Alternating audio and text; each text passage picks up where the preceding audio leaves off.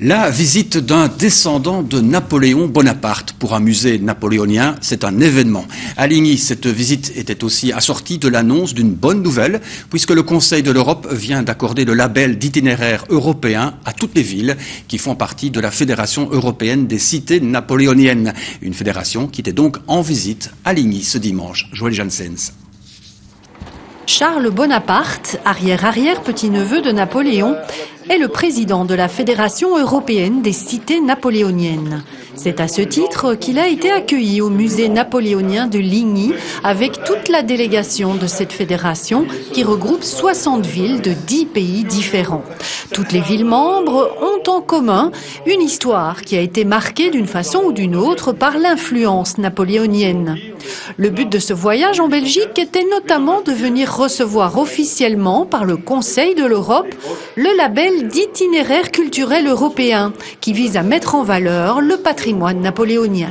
Nous avons été labellisés officiellement vendredi dernier, donc nous avons reçu notre label après beaucoup d'années de travail en réalité, mais officiellement donc depuis vendredi dernier au Conseil économique et social européen, donc à Bruxelles.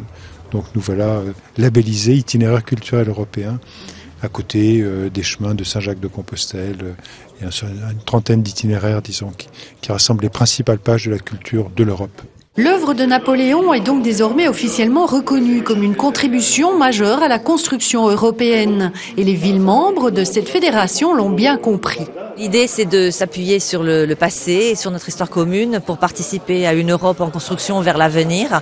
Se rappeler qu'au-delà des événements historiques, des guerres, on est concentrés tous vers le même but et qu'on essaye de construire et de bâtir une Europe unifiée tout en gardant nos spécificités.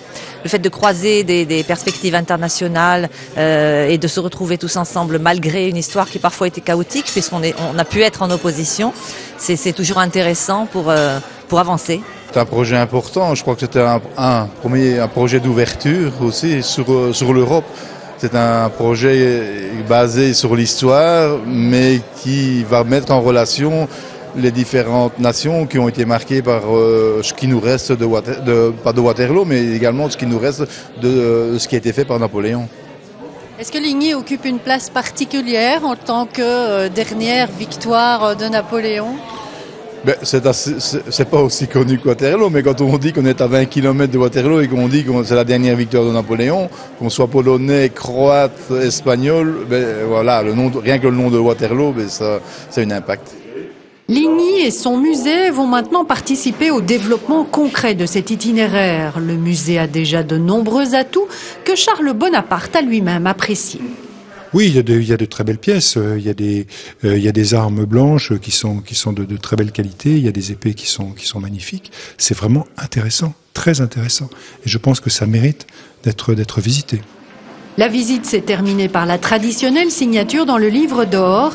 Et cette signature-là n'est pas anodine pour un musée napoléonien.